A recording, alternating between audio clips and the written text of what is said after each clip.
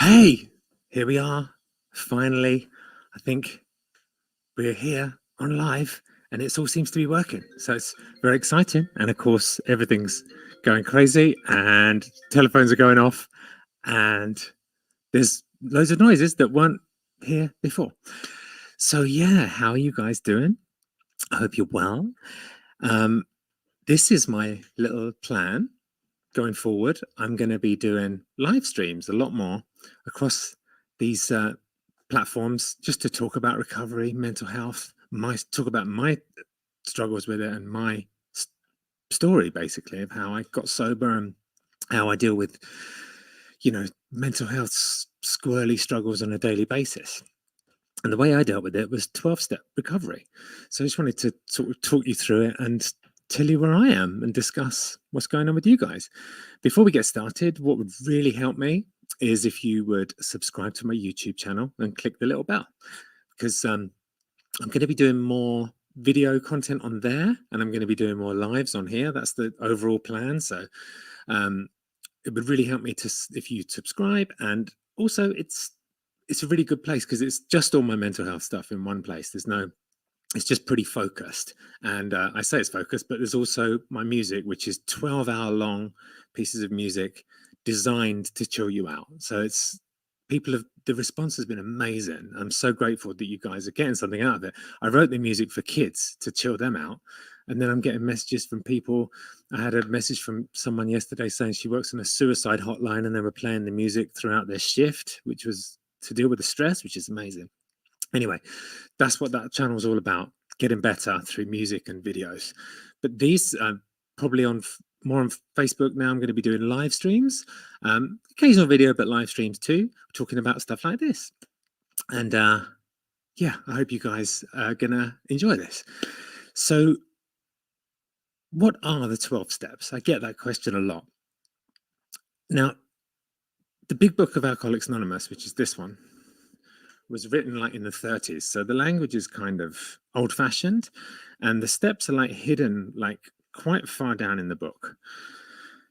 But they are the things that keep me sober on a daily basis. That's the way I got sober and that's the way I stay sober, is following these 12 little rules for life.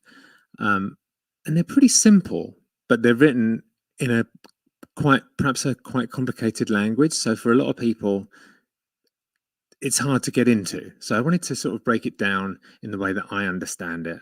And my sponsor actually took me through the 12 steps and he broke it down to me in a really good way. So, of course, I can't find them now. There you go. Here we go. So they are on page 59 of this book, the big book of Alcoholics Anonymous, which is the basis for recovery programs, the basis for all 12-step programs. So step one is the most important step. And step one is we admitted we were powerless over alcohol and that our lives had become unmanageable. Now you can change alcohol for drugs, for sex, for shopping, for gambling, for any kind of addiction, sugar, food. I'm kind of addicted to everything. I've got this personality where if there's something that I can be addicted to, if there's something I can take that changes the way I feel or something I can do that changes the way I feel, I'll do it. Because without these 12 steps, life is too complicated for me. I find it too hard. I find living, ever since I was a little kid, I've always been in fear. I remember fear is a big part of my growing up. Not about anything even, just internal fear. I just would wake up scared. And I still wake up scared every single day now. So fear has been throughout my life from the very beginning. And I think talking to other addicts and alcoholics, it's a common thing we all have. We all have this fear. You know what I mean? If you're an addict, you know what I mean. You just wake up like, the first thought is fear. The default setting is fear. So this program is all about combating that fear. And what I used to use to combat that fear was using, taking drugs or drinking or any kind of behavior, food or sex or anything like that, that would take the fear away, just change the way I feel. You know, the first drink, when you have the first drink, you're all stressed out, but you have the first drink and suddenly it's like that feeling of just like relaxation. Well, for an alcoholic, that's what we want, that feeling of the fear going away. And alcohol and drugs works, and for me for a while, and then they took my life away from me, because for an addict, those things become the purpose for us living. Those things become the reason we live. That feeling of relief is the reason we end up living. That's why heroin addicts, all they care about is getting the next fix. Alcoholic, all they care about is the next drink. Sex addict, all they care about is the next relationship, because it becomes the top thing in for if you're an addict and you find something that changes the way you feel, it becomes the most important thing in your life, before your family, before everything. So for us, it's very dangerous to use anything to change the way we feel. So what I found is that feeling that the first drink used to give me, that feeling, it would only last an hour or so anyway, and then I would get more drunk and more belligerent and more horrible to people. The 12 steps does that feeling. It takes longer, but once the 12 steps gives me that feeling on a permanent basis, as long as I'm doing the work, as long as I'm in the program, I get that relief from fear. I get it. So that's what this program is about. Remember that feeling of your first drink or your first drug or the first rush of a relationship or that addictive feeling where you're like, finally, I'm not thinking about myself. I'm out of myself. That's what this program is designed to give you on a permanent basis. So the first step is admitting that your life is out of control from using the substance. So it was easy for me to admit that my life was unmanageable and I was powerless over the drink and drugs, because by the time I got sober, I'd been into hospitals and institutions with my using. So it was easy for me to go, okay, my life's unmanageable. When I use, I end up in mental asylums or hospital. But I wish I'd caught it earlier. You can actually just look at your life and go, actually, people are walking away from me. I don't have a relationship with my wife. I don't have a relationship with my husband. I don't have a relationship with my kids. That can be a rock bottom, and that can be that's unmanageable, isn't it? That's an unmanageable consequence of using. So it doesn't have to be dramatic. So yeah, that's the first step. The second step came to believe that a power greater than ourselves could restore us to sanity. So the second step is just going, I've tried everything. I've tried everything in my power to stop. Now, I see this a lot on the Recover from Addiction group on Facebook. If you guys are struggling, go and check out my Recover from Addiction with Stephen Hilton group. A lot of people on there. I'm live on there now. A lot of people on there. And, love to you all. But I see a lot of messages like, I'm going to use my willpower. Today, I'm going to be sober. Tomorrow, I'm going to be sober. Or I'm 5 days and it's so hard. And it's great that you're trying, but you're using that willpower. And what I say to people when they write that is, has that worked for you before? What's going to be different? How many times have you tried to use that willpower to stay sober and it hasn't worked? Because for me, it was countless. I'd be like, I can't believe I did that last night. I can't believe I can't find my car. It's smashed up on the side of the road. I can't believe these. Right, I'm definitely stopping. And I would have that willpower, and it would be nothing was more. I was never more committed than I'm not going to use today. I'm not going to drink today. All the willpower I had in the world. That night I was drinking, and I know you guys have the same thing because I see it on the comments and I see it on the group. I'm back to day one. Oh, I'm really going to do it this time. My thing is, what are you going to do differently? And it can be anything that gets you sober. For me, though, it is this. So I'm going to talk about what worked for me. Willpower didn't work. And I tried willpower so many times. And if you're an addict, willpower doesn't work. I'm sorry to say that, but it's the truth. So for me, I had to find something else. So I came to believe that a power greater than myself, and it's not religious. It's anything that isn't you, I was told. So I, Stephen, can't get me sober. I've tried for 10 years, 20 years. I can't do it. I've tried everything. I can't do it. So maybe there's a different way. That's all step 2 is. Is there a different way to be? Is there a different path to take? Can I do something differently? If the answer is yes, then you've done step 2. 3 is the one that trips a lot of people up, because remember, old language is written in the 30s. So this says, made a decision to turn our will and our lives over to the care of God as we understand him. That's important, as we understand him. And that's why your higher power can be anything that you want, as God can be what you understand it to be. And you know what? There's so many atheists in the program of AA who've got multiple years of sobriety using this program. I know guys with 30, 35 years sober, atheist, and they use this program because the God, as they understand it, is something else. So it's a shame that a lot of people, when they see the word God and they see step 3, they get freaked out. And I see that a lot in the comments as well. I'm not religious. I can't do it. So it's a shame, because this is a way out, and it's not religious, and you don't have to believe the God. It's a God of your understanding as we understood him.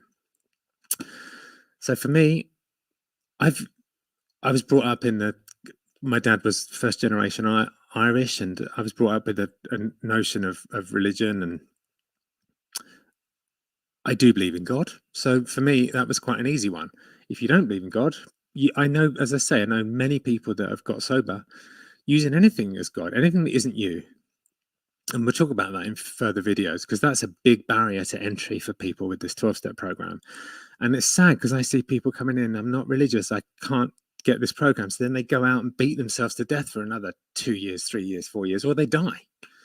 And it's like, wow, that's the alternative. Why wouldn't you give this a try? It makes me sad when I see that. I know people who haven't made it from addiction, and their barrier was, I'm not religious. And then they end up dead. And it's not religious. It's not a religious program. So that's the sad thing, is it was just in their head. So anyway, I'm going to take some comments in a second. 4, made a searching and fearless moral inventory of ourselves. Now, 4 is the first bit of like written work, or, work in the 12 steps. And 4 took me about a couple of weeks. And it's basically, you write down your life story. Basically, you write down everything that's happened in your life that you've got a resentment over. So it could, and my sponsor told me to go back as far as I could remember. So it's basically writing down everything that's upset you ever. So it's quite a long process. It can be quite a long. My first step 4 was like 5 pages. My second step 4 was maybe 6 or 7 pages. I know some people that have got 2 or 3 pages. Some people write a bloody novel. But it's just a little life story. What upsets you? What has upset you? People, places, things, institutions are the big categories. This person upset me. And it's split up into categories. You write it down like, this person, who did it? This person. What did they do? That, and that's the second column. What did it affect? And then the third column is what it affected. It can be ambition, it could be money, it could be sex relations. In the big book, breaks it down into 4 categories, but different sponsors work it differently. But so you write down your life story and who did what to you and what happened. Step 5 is telling that life story to someone else. That's it. Sounds simple, doesn't it? But step 5, I was told when I first started recovery, step 5 is where you start to feel different. And I was like, really? Just telling this stuff to someone's going to make me feel different? And I was a bit suspicious. But sure enough, after I told my sponsor this stuff, and you'll find that on step 4, there'll be stuff that you'd want to take to the grave. You don't want to tell anyone some of this stuff because it's your most personal secrets. And a good sponsor will normally have worse stories. You'll tell him a story you think is really bad, and he'll go, well, check this out. I did this. And you'll be like, oh my God, that's way worse. But there's no judgment, because it's all about the sponsor's getting better by listening to your story, and you're getting better because he's going to help you. And this is how, or she. So you tell that story to someone, that life story. That's 5, done. That's where I started to feel different. That's actually when I stopped wanting to use on a daily basis. Before that, I'd wanted to get up and use drink or drugs every single day. And that's when it stopped, step 5. Someone told me that would happen, and it did. That's just for me, though. 6, we're entirely ready to have God remove all these defects of character. Don't get upset. Remember, God is anything you want it to be. So, don't freak out. So it's basically, are you ready to, sorry, I should go back. On step 5, what happened with me and what should happen is that your sponsor will go, okay, so all these things you're telling me, there's common themes that are coming up. You're a prideful person, you're a jealous person, you're a money hungry person, you're a selfish person. And you'll start to see, okay, these are character traits that, and I couldn't see it when I read this stuff out to my sponsor. I was like, see all this stuff that's happened to me that other people have done to me? And he was like, no, I can actually see self-esteem, grandiose or comatose. You're like egotistical or completely no self-esteem. You're prideful. I wish I could remember exactly what they were. They were like 4. Another video, I'll get my step 4 out and I'm going to go through it because I'm honest on these videos. I'll tell you what they all were. There were 4 or 5 things. And he was like, are you ready to not be like that anymore? Are you ready to not have those things run your life? Because they were running my life. Are you ready to get better? Are you ready to get sober? And that's how we do it. And I was like, oh, okay. I mean, I don't want to go back to my horrible life of boring, depressing darkness. So, yeah, I don't know how you're going to take this stuff away. And I don't know how I'm going to live without some of this stuff. I need to be ambitious because that's why I'm successful.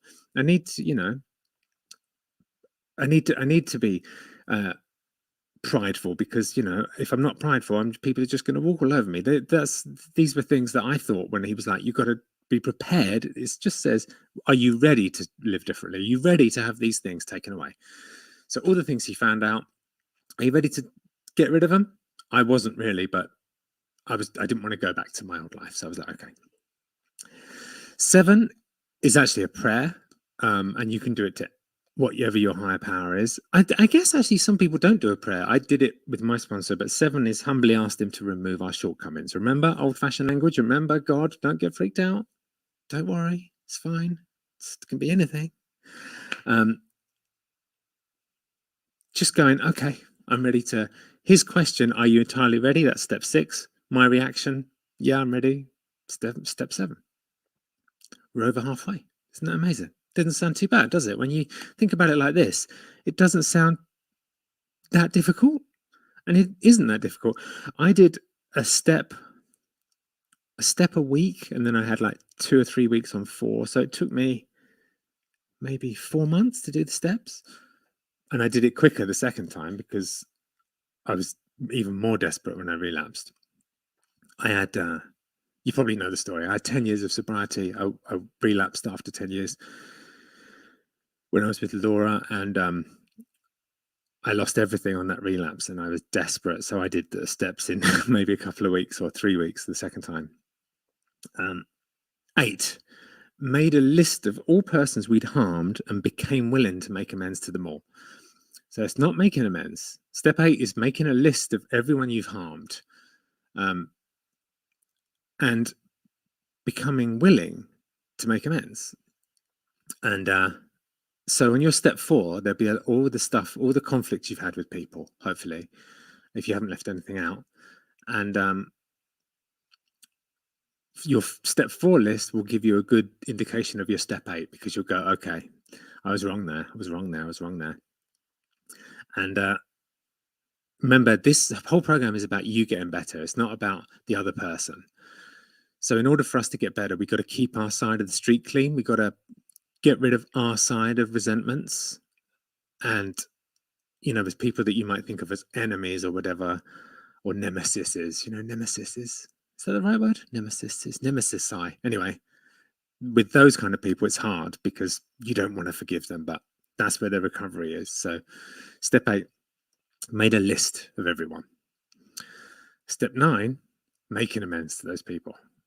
So step 9 is making contact with the people on the step 8 list and saying sorry to them, and saying, is there anything I was told to say? Is there anything I can do to make it right? And being prepared to do that stuff, whatever that is. Some people, my experience with step 9 was that all the ones that I thought were going to be easy were hard, and all the ones that I thought were going to be hard were easy. So the stuff that I was really like, oh my God, this is going to be so difficult. I don't even like this person, and we got so much baggage. That turned out to be great. Ones that I thought were going to be easy, like to my parents, that was such an emotional roller coaster. I was in bits, I was crying, and I thought that was going to be the easy one. We were all crying, but it's an incredible moment with your mum and dad to sit down and go, I'm sorry about all this stuff. I'm getting emotional now thinking about that. Anyway, yeah, so that's a powerful one because you can. That's where sorry, that's where the change starts to happen. That's where the change starts to happen. Step 9, because my first meeting I used to go to in London when I first got sober was called a promises meeting. Oh my God, sorry. The promises say that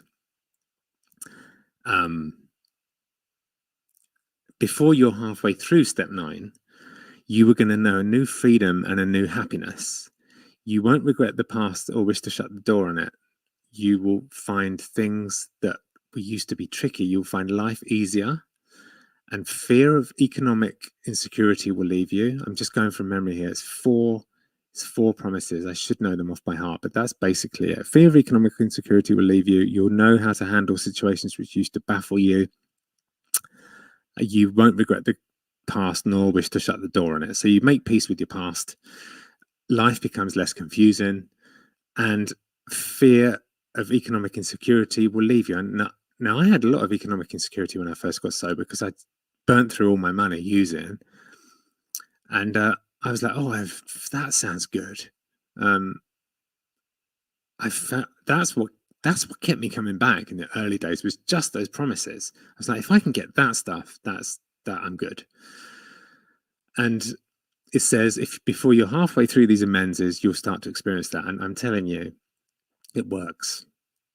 I mean, when I was halfway through, life just got a little bit easier. And I think it was also because I'd burnt a lot of bridges and I was repairing my relationship, so I felt better. All these promises came true. They don't come true all the time every day. They're sort of waves, but gradually your life gets better. And that's so the steps we're up to now, 1 to 9. That's basically the program. That's basically 12-step program. Those are the action things that you do. So now we're into, oh dear, there you go. These 10, 11, and 12 are maintenance steps, they call it. Now that's just keeping up, which is where I have trouble. This is where I fall down, the maintenance, the keeping up with the 12 steps. I had a spiritual experience after doing the 12 steps. My life got better. And then I was like, I'm not going to do that anymore. How crazy is that? No, I'm not going to do that now. So then my life would get shit again. I'm like, what's going on? Oh yeah, I'm not doing this stuff. I still don't do it enough. Even though, look at what it's given me.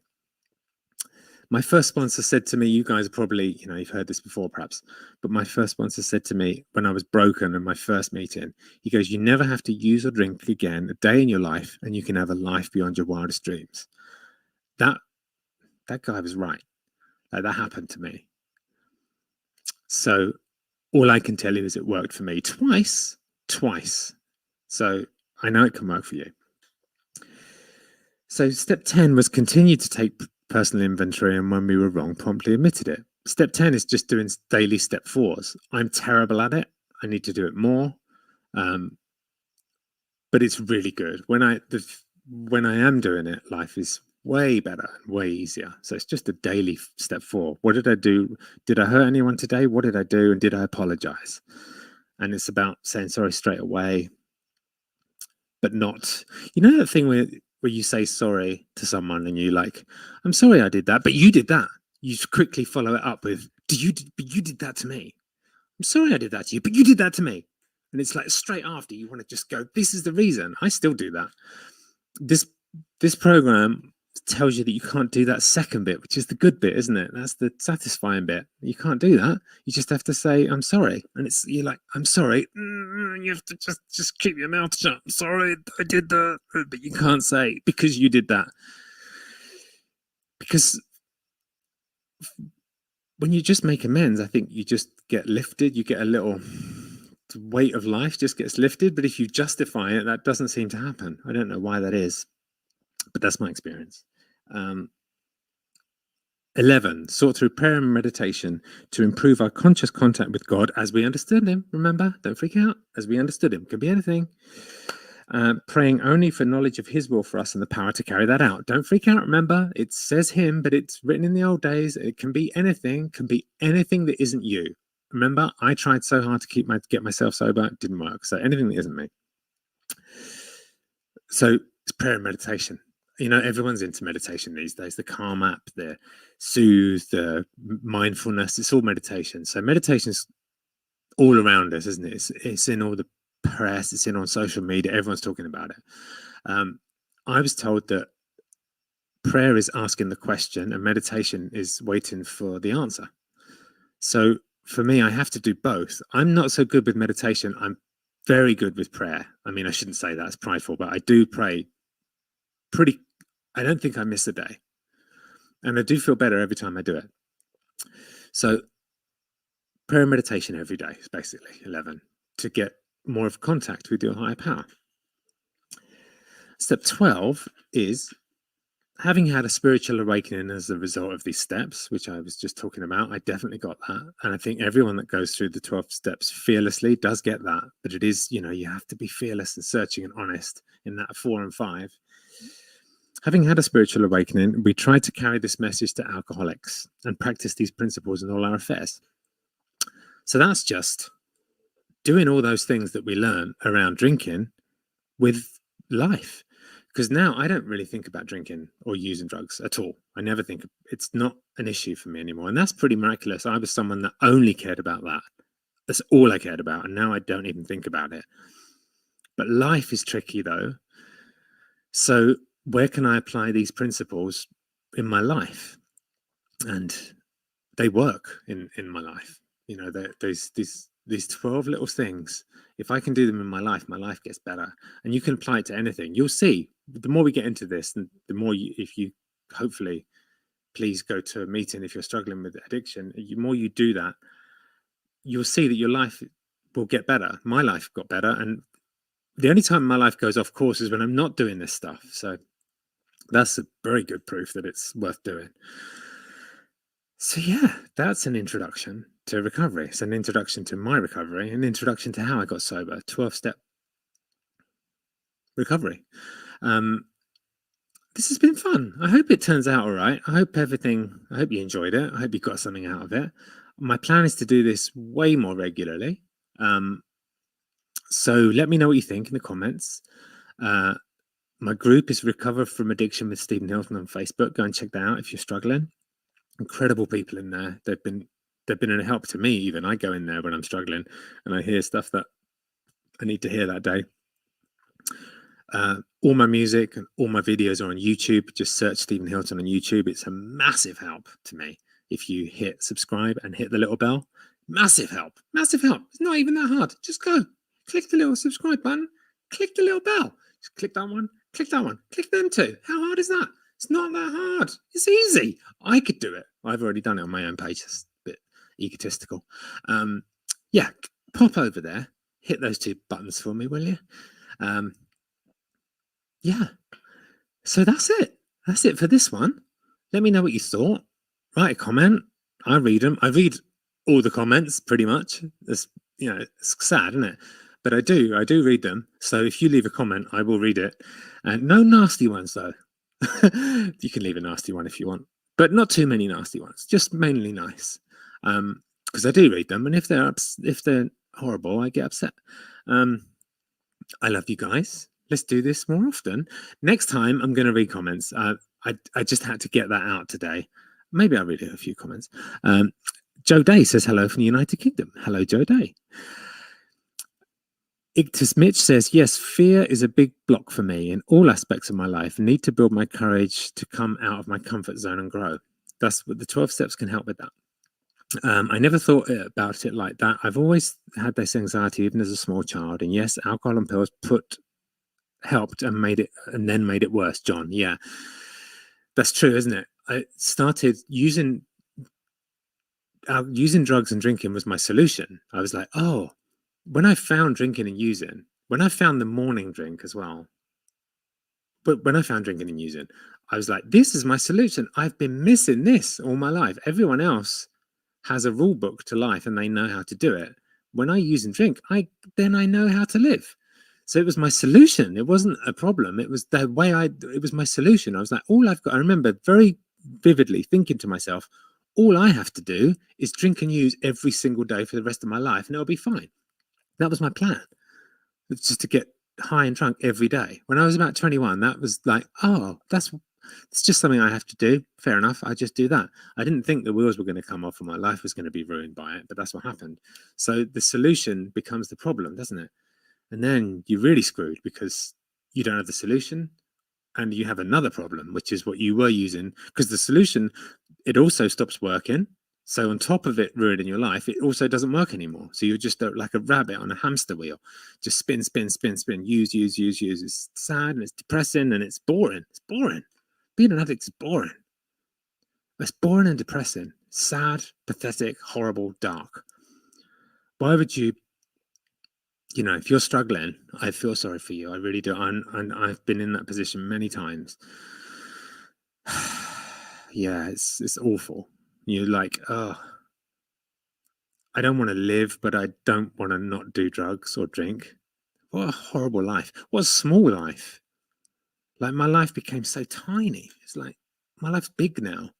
I got, kids to look after. There's a lot of ups and downs. There's, renovating a house, building a business. This is all making content for you guys. It's all amazing, exciting stuff. And I wouldn't have it without recovery. And my life has gone from oh, I just got to get drunk. I've got to get drugs. That's what my life was every day. Oh, I've got to get drugs. How pathetic is that? And boring and sad and dark and horrible. Yeah. So small life, small little horrible depressing life, or big life. I know which I would choose. Guys, this has been amazing.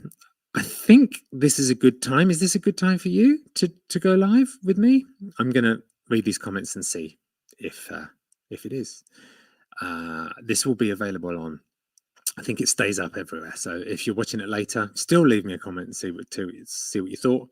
And let's do it again next week, or let's do it again sooner. Keep an eye out. I'm going to announce the next one. Let's just say next week. Unless you all hate this, next week we'll do it again. I love you guys. Stay safe. And yeah, see you soon.